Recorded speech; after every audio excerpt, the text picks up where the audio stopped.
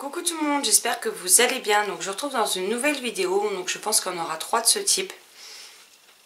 Et la première de la série, ce sera toutes les séries que j'ai commencé et que j'ai décidé de stopper en cours de lecture pour X raisons. Et je vous dirai vite fait les raisons qui font que je ne souhaite pas poursuivre ces sagas. Donc je sais pas, il doit y en avoir à peu près une quinzaine. Et donc on va commencer tout de suite. Alors je suppose que je vais tomber sur les coups de cœur de certaines personnes. Moi, si tu passes par là, je pense notamment à toi parce que je viens de lire le commentaire sous ma dernière vidéo. Donc voilà. Mais c'est des séries qui ne l'ont pas faite pour moi pour diverses raisons. Donc on a tout d'abord, mais je me suis mis ma petite feuille sinon j'en oubliais. Donc on a tout d'abord La Passe Miroir de Christelle Dabos chez Gallimard. Donc il faut savoir que j'ai lu les 2 premiers tomes. Ça n'a pas été des mauvaises lectures, c'était sympa. Maintenant, j'ai pas compris l'engouement énorme qu'il y a eu autour de cette série. De plus, il y a beaucoup de descriptions des paysages, etc. Et bizarrement, moi qui n'ai pas de mal à imaginer les univers quand je lis, je suis restée complètement à l'état d'une page blanche quand j'ai lu ces livres. Je n'arrivais aucunement à me représenter les lieux. Donc pour moi, c'était... je lisais, mais sans m'orienter, sans savoir à quoi l'univers ressemblait. Je ne me suis pas particulièrement attachée au personnage. Ophélie m'a assez énervée par moments. Quant à Thorne, je crois qu'il s'appelle, il m'a gonflé en fait. Donc voilà, donc l'univers que je n'arrivais pas à me représenter et les personnages auxquels je ne me suis pas spécialement attachée, plus l'énorme attente qu'il y a eu avec, pour ensuite le tome 3 puis le tome 4, a fait que j'ai décidé d'arrêter cette série-là et que je passe mon chemin. Deuxième série énormément plébiscitée dont je me suis arrêtée au tome 2 récemment avec Sylvie. Il s'agit de Percy Jackson de Ricky Ordan, publié chez Albin Michel Jeunesse. Enfin, Albin Michel Bis, je crois. Je vous glisse les couvertures des tomes 1 ici, tout simplement parce que ces livres, soit je ne les possède plus, soit ils sont dans ma chambre pour être vendus parce qu'ils sont sur la boutique, donc je ne les ai pas à proximité. Donc Percy Jackson, je m'attendais vraiment à plonger dans un univers mythologique avec les dieux et les déesses, à être vraiment immergée dans ce monde, et je ne m'attendais absolument pas à me retrouver les 3/4 du temps dans notre monde à nous. Je m'attendais vraiment à ce que ce soit un univers de fantasy, or c'est du fantastique. Je trouve qu'on passe beaucoup trop de temps dans le monde des humains.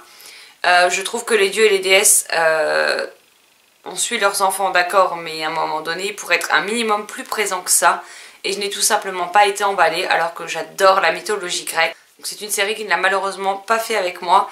Le seul personnage à la fin du tome 2 pour qui j'ai envie de suivre les aventures n'est absolument pas Percy Jackson, mais je peux pas vous dire parce que vu ce qui se passe dans le tome 2, enfin, c'est un des personnages à qui il arrive pas mal de bricoles dans le tome 2, un personnage secondaire, et c'est le seul pour qui limite j'aurais envie de savoir éventuellement ce qui se passerait pour lui. Mais ça fait 2 tomes où le premier je me suis ennuyée ferme, j'ai pas du tout aimé. Le deuxième tome, c'était mieux, mais c'était pas assez captivant et ça m'a pas assez intriguée pour que ça me donne envie de poursuivre les 3 tomes restants. Donc je m'arrête là. Troisième série, toujours plébiscitée, il s'agit de Oniria de BF Paris chez Hachette. Donc j'ai lu le tome 1 avec Marilyn. On a lu le tome 2 avec Marilyn et Sylvie. Et pour ma part, je m'arrête là, les filles continueront. En tout cas Marilyn au moins pour le tome 3 puisqu'elle l'a dans sa pile à lire. Je l'avais aussi, ils sont en vente sur la boutique et je m'arrête là. Tout simplement parce que dans ce livre, l'univers est tellement développé dans le tome 1 que ça prend le pas sur l'intrigue et qu'on n'avance clairement pas dans l'intrigue. Le tome 2 pareil, s'améliore un petit peu mais ça traîne toujours trop en longueur. On ne va pas à l'essentiel, on continue à avoir des lenteurs dans ce tome et moi ça me pose problème personnellement. Tout se passe essentiellement sur les 40 dernières pages du tome 2 qui fait plus de 300 pages. Je me suis déjà ennuyée fermement pendant 300 pages du premier tome, pendant 270-280 pages sur le tome 2, donc j'arrête là cette série qui n'est pas faite pour moi tout simplement. Il y a de très bonnes idées de base, mais je trouve que malheureusement pour moi ce n'est pas développé comme je l'aurais souhaité. Voilà. Quatrième série, pardon, Les Orphelins de Windrazor de Paul Clément en auto-édition. Alors j'avais acheté ou je me l'étais procuré, je ne sais plus si je l'avais payé à tarif très réduit ou si à ce moment-là le tome 1 était offert sur Kobo, je ne sais plus, parce que ça fait maintenant un petit moment. Donc c'est une série dont il y a 5 ou 6 tomes en tout si je ne me trompe pas.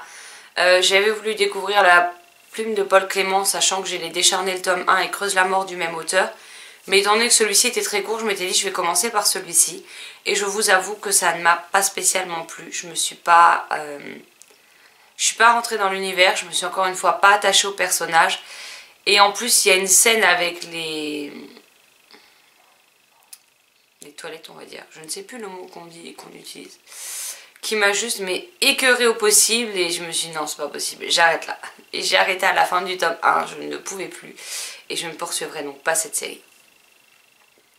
Cinquième, il s'agit de la série Piégé de Hubert Ben Kemoun chez Flammarion Jeunesse. Donc j'ai lu les tomes 1, j'ai lu le tome 2. Voilà, c'est des histoires où tout se passe très vite. C'est une espèce d'escape game en livre. C'est sur un laps de temps de 3 heures. Donc il y a Piégé entre les murs de l'enfer, je crois. Et Piégé dans la nuit, si je ne me trompe pas pour le tome 2. Piégé dans le train de l'enfer, pardon. Et Piégé entre les murs de la nuit, quelque chose comme ça, le tome 2. Il y a un tome 3 qui est sorti. Malheureusement, tout est trop rapide. On ne sait pas qu'est-ce qui a conduit nos héros là où ils en sont. Et si j'ai lu les 2 premiers tomes, bah, malheureusement, j'en suis pas ressortie spécialement convaincue. Je me suis pas ennuyée parce qu'il y a quand même pas mal d'action, mais il me manque trop d'explications sur le pourquoi du comment pour me donner envie de suivre et de poursuivre surtout cette série. Ensuite, nous avons la trilogie Mabel Jones de Wilma Beat chez Nathan. Donc j'ai lu le premier tome qui était sympa. Après, je ne suis pas une férue de l'humour anglais dans toute sa splendeur. Et c'est énormément ça qu'on retrouve dans le livre, ce que je peux comprendre. Hein. Mais c'est pas ce qui m'intéresse le plus. Et après avoir lu le tome 1, j'ai laissé du temps passer parce que je n'avais pas le tome 2 sous la main. Et aujourd'hui, je me rends compte tout simplement que je n'ai pas envie de retrouver Mabel ni ses compagnons d'aventure. Donc j'ai décidé de stopper là ma lecture de cette série. Ensuite, nous avons les Chroniques Homérides de Lily Bouquin, alias Alison Germain aux éditions du Chat Noir. Donc j'avais lu le tome 1, Le Souffle de Midas, début 2018. Et voilà, encore une fois, les idées sont bonnes, mais je n'ai pas aimé de la façon dont c'était traité. J'ai trouvé Louise... je crois que c'est Louise son prénom. Comment dire ? Pour moi, elle manquait de réalisme en fait. On est dans un univers fantastique, certes, on est dans une réécriture de Midas, ok, il n'y a pas de souci là-dessus. Maintenant, son comportement, ses réactions, je ne les ai pas jugées spécialement crédibles. Alors, je sais que ce livre a été grandement censé, que je risque de ne pas me faire des amis sur ce coup-là. Mais voilà, elle rencontre un mec qu'elle connaît ni d'Adam ni d'Ève, direct quasiment, il manque de s'envoyer en l'air et elle manque de le transformer en or. Enfin, je sais pas, vous sortez dans la rue, vous croisez un mec vous suit, vous discutez 2-3 fois avec lui 5 minutes, vous lui sautez dessus comme ça de façon inappropriée, sans... Enfin, je sais pas, pour moi c'est pas crédible et c'est un des nombreux comportements qu'elle a eu qui m'a dérangée pendant ma lecture. En plus, je trouve que le style... par moments, le style est très travaillé, comme si on avait voulu justement faire une écriture travaillée. Et après, on a du langage très familier qui va pas avec une plume aussi travaillée, en fait. Et j'ai eu un problème avec la plume, moi, que j'ai... Quand le vocabulaire employé est travaillé, mais que ça reste fluide à la lecture, ça ne me pose pas de soucis. Or là, j'ai plus eu l'impression qu'on mettait un vocabulaire travaillé pour dire, voilà, je fais quelque chose de travaillé. Plus que parce que c'est le véritable style de la plume de l'auteur. Et malheureusement, moi, ça m'a refroidi direct. Donc voilà. Et puis, je sais pas. Ce qui s'est passé dans le tome 1 au niveau de l'intrigue ne me donne pas spécialement envie de poursuivre. Donc je m'arrête là.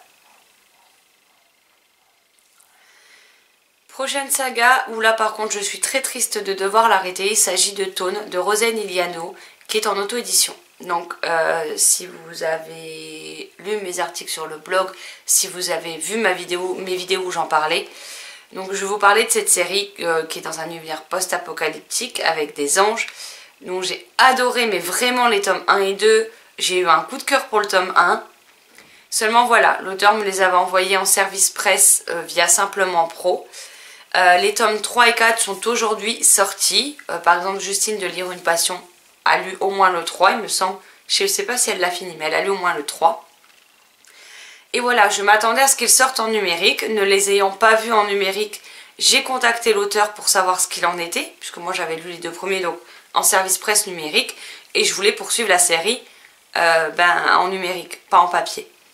Et elle m'a appris que les livres ne sortiraient pas en numérique, qu'il y avait seulement les éditions papier, sauf que les éditions papier sont à plus de 20 € pour 230-240 pages à peu près, et clairement je ne me vois pas dépenser plus de 80 € pour racheter la série au papier et la finir.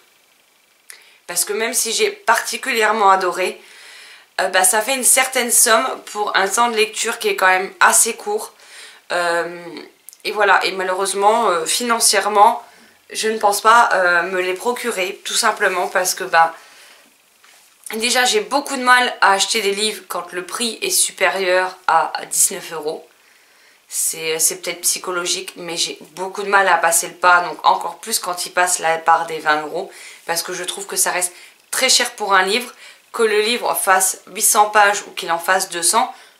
Pour moi, je trouve que ça fait très cher pour un livre.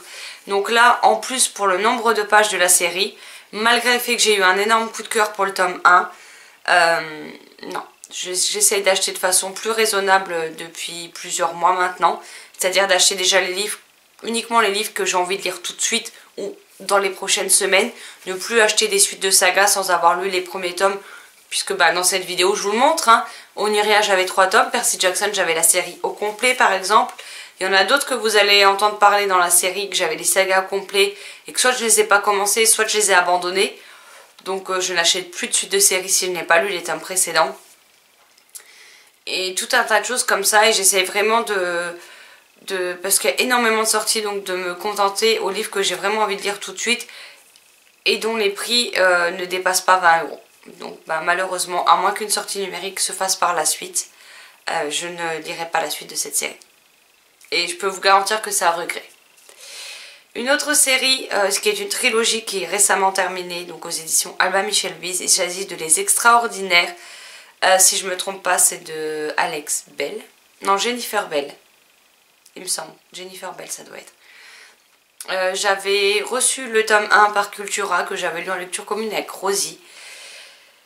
Et je me suis un petit peu attachée au personnage. Maintenant, j'ai pas spécialement aimé l'univers et je n'avais clairement pas envie de retourner dedans. Déjà, quand on faisait des pauses, j'avais du mal à reprendre ma lecture. Donc déjà, c'est pas bon signe. Et la fin du tome 1, voilà, ça n'a pas été une mauvaise lecture. C'était une lecture sympa, mais sans plus. Et du coup, je me suis séparée du tome 2 que j'avais reçu toujours par Cultura en épreuve non corrigée. Mais je n'avais pas envie de le lire. Donc je l'ai mis dans une boîte aux livres et il est vite parti, donc je pense que ça a dû faire plaisir à quelqu'un. Mais c'est une série qui n'aura pas réussi à me convaincre de par son univers. Qui, encore une fois, ça partait de bonnes idées, mais je n'ai pas aimé la façon dont était développé et construit l'univers. Donc j'ai préféré passer mon tour tout simplement. Ensuite, nous avons Jeanne de Mortepaille, dont je ne sais plus l'auteur, publié chez Gulfstream Éditeur. Ici on va y suivre une petite sorcière, le livre fait environ 200 pages, donc une sorcière qui a un animal de compagnie et qui va se voir délivrer ses pouvoirs, je crois, son anniversaire, quelque chose comme ça. C'était sympa, maintenant j'ai trouvé que ça manquait beaucoup de dynamisme, en plus la façon dont le livre est découpé, ça reste quand même un livre pour la jeunesse, pour les 10-11 ans je crois. Il fait 220 pages de mémoire et il n'y a que 3 chapitres. Donc ça vous fait des chapitres de 70-80 pages par chapitre. C'est très très long, pour moi ça casse le rythme complet du récit. Et voilà, même si c'était sympathique, je me rends compte avec les mois qui passent que je n'ai pas envie de retourner dans l'univers et que j'ai pas particulièrement envie de savoir la suite de cette histoire. Tout simplement. Maintenant, si vous aimez les sorcières avec les chapitres très longs, les histoires avec des jeunes sorcières, des animaux, un peu à la Sabrina, la série télé qu'on avait quand on était enfant, adolescent, et que les chapitres longs ne vous posent pas de problème, ça vous plaira peut-être, mais moi ça m'a pas convaincu. Ensuite nous avons, alors je ne sais plus le nom de la série, parce qu'elle est ressortie, donc le premier tome c'était La prophétie de l'horloge, dont je vous glisse la couverture là, qui est sortie également en film, qui est publié chez Castlemore. Où là j'ai eu un gros problème encore une fois de crédibilité. C'est-à-dire que, alors le livre est vieux, hein, puisqu'il est sorti de mémoire dans les années 80, si je ne dis pas de bêtises, pour la première fois. Donc on y suit un petit garçon. Alors déjà son nom a changé entre temps, entre la première et la deuxième version. Le prénom du garçon n'est plus le même. Au début c'était Kevin. D'ailleurs c'est le nom de la première série, alors que la deuxième c'est les aventures de je sais plus quoi. Je ne sais plus, mais c'est plus du tout Kevin. C'est Kevin et les magiciens, je crois, le nom de la toute première fois où il a été publié. Il perd ses parents, il va vivre chez un oncle qu'il ne connaît pas. Dès les premiers jours, les deux personnages, l'oncle et son neveu, vont très vite lier des liens familiaux, etc. Nouer une relation... pour moi, c'est pas crédible. On peut pas, en ne connaissant pas quelqu'un, nouer de tels liens en aussi peu de temps. Je trouve qu'on tourne beaucoup trop ça tourne trop au ralenti de l'intrigue. À un moment donné, il va se passer quelque chose et j'ai l'impression que tout a été bâclé. En fait, on prend son temps tout au début sans vous expliquer le pourquoi du comment, sans donner un sens logique à la relation qui se crée entre l'oncle et son neveu. Et après, le reste de l'intrigue, on vous la bâcle en 30 pages top chrono, si ce n'est pas moins. Et j'ai eu un problème, voilà, un problème de rythme. Je me suis attachée à aucun personnage parce qu'au final, on ne sait pas du tout le vécu de son oncle. On ne sait pas... pourquoi il n'est pas marié, pourquoi il n'a pas d'enfant, qu'est-ce que ça lui a fait de devoir accueillir son neveu suite à la perte, alors je sais plus si c'est son frère ou sa sœur, dans les parents du gamin, donc ou sa sœur et son beau-frère, ou son frère et sa belle-sœur, peu importe. On ne sait pas grand-chose de ce que ressent notre héros, donc il a quand même perdu ses parents, il se retrouve quand même dans une ville et dans une maison qu'il ne connaît pas avec des gens qu'il ne connaît pas, ça lui pose pas plus de problèmes que ça. Donc entre le problème de crédibilité, le problème de lenteur de tout le début du roman et après le fait qu'on nous bâcle la fin, clairement j'ai pas envie de lire la suite. En plus ils sont à 12,90 €. Alors ça reste correct pour le nombre de pages, hein, ça je dis pas le contraire. Mais maintenant pour moi c'est... ouais, on a l'impression que ça a été... que l'auteur a voulu prendre beaucoup de temps au début pour finalement tout bâcler comme s'il avait un impératif à respecter et qu'il s'est dépêché de boucler tout ce tome là. Et voilà, clairement je sais pas quoi vous dire de plus, l'intrigue m'a pas plu, je me suis ennuyée clairement tout simplement. Donc je l'avais lu avec Sylvie et Sylvie n'a pas été plus emballée que moi par sa lecture, hein, donc voilà. Ensuite, nous avons Caleb, donc de Mirael Rundir, à la collection R. Donc j'avais que le premier tome en papier, que j'ai lu en lecture commune avec Nat du blog Les Passions d'Aélie et avec Sylvie, toujours, donc du blog et du compte Instagram en bouquine. Ce livre, alors, je savais qu'il était étrange d'après les avis que j'avais pu entendre sur ce livre à l'époque. Mais il y avait eu quand même beaucoup de coups de cœur sur ce titre, sur cette série en général, enfin cette trilogie. Et moi, je ne savais pas particulièrement à quoi m'attendre, j'avais pas d'attente particulière. Maintenant, il y a beaucoup de violence. Il y a des passages, dont un passage avec des dents. Pour ceux qui l'ont lu, vous saurez sans doute de quoi je parle. Qui m'a juste écœurée. Je venais de finir de manger, j'ai cru que j'allais réexpédier mon repas.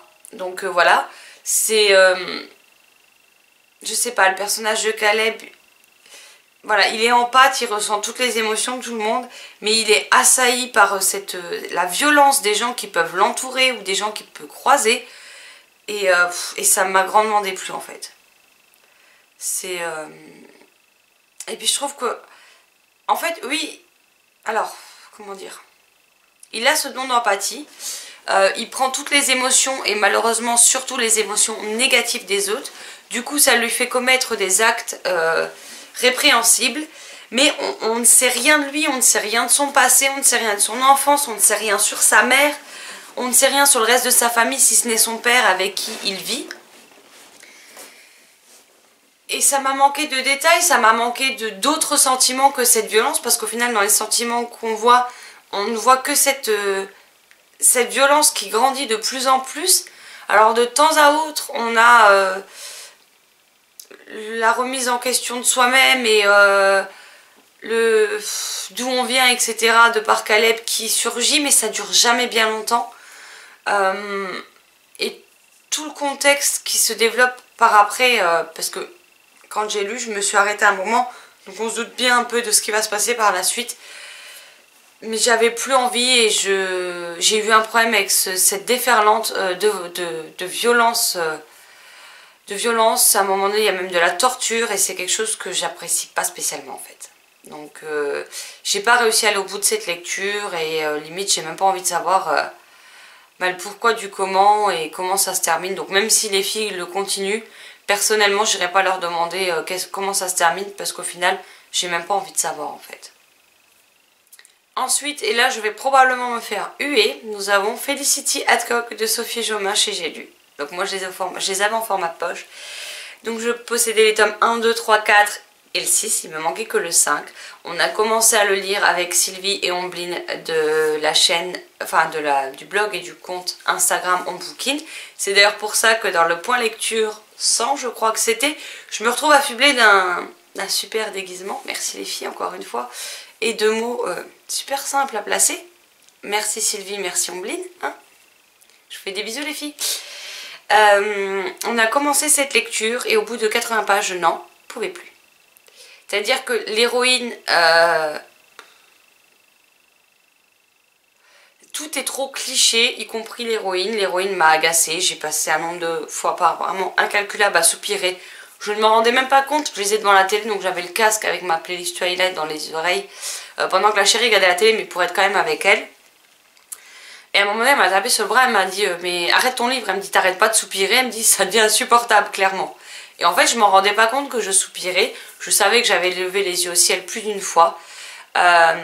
Tout est trop cliché, tout est trop en fait. L'héroïne, pareil, elle rencontre un mec en boîte. À l'autre bout de la salle, elle croise son regard, elle est déjà toute chose. Alors, je vous laisse imaginer s'il s'approche un peu plus près et s'il commence à la dragouiller, hein, ce que ça peut donner. Elle ne connaît pas le type, mais elle s'envoie en l'air 4 fois dans la même nuit avec lui. Et le lendemain, elle n'a souvenir de rien. Il va y avoir un meurtre et un inspecteur qui va être engagé pour essayer de faire la lumière sur tout ça. Le mec lui tourne autour et il lui fait de l'effet. En fait, j'ai l'impression que dès que les mecs sont un peu bruns, ténébreux, type bad boys, ça y est, ça la met en émoi et elle en peut plus. Après, on a eu un passage où elle va aux toilettes. Ok, bah elle va aux toilettes, c'est bien. En soi, qu'on me dise qu'elle va au petit coin, ça me gêne pas.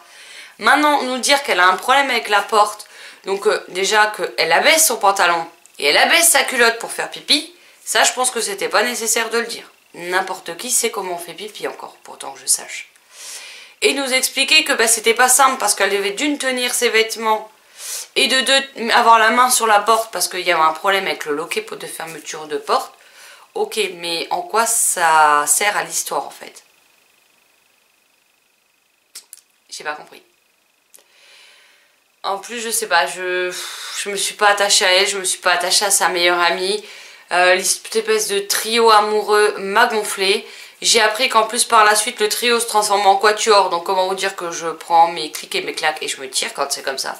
Je n'aime pas les triangles amoureux. Encore moins quand ils sont entièrement clichés comme ça l'est dans ce livre là. Alors j'aime beaucoup la plume de Sophie Jomain. J'ai eu un énorme coup de cœur pour Quand la nuit devient jour. J'ai encore par exemple Les étoiles de Nocette dans ma pile à lire en fantastique. J'ai aussi en romance D'un commun accord et Cherche une femme avisée. J'ai d'autres romances, je sais plus si c'est Charles, oui ça doit être Charles Quint je crois, que je me suis procuré en numérique et que je lirai probablement par la suite. Il n'y a pas de souci, je continuerai à lire du Sophie Jomain. Maintenant Felicity Hadcock c'était tout simplement pas fait pour moi. C'est en fait en 70-80 pages j'ai retrouvé clairement tout ce que je n'aime pas dans le fantastique. Donc j'ai préféré stopper là et j'ai abandonné lâchement les filles. Les filles ont lu le tome 2. Elles n'étaient pas spécialement emballées. Là elles sont sur le tome 3. Elles ont bien du mal à y retourner.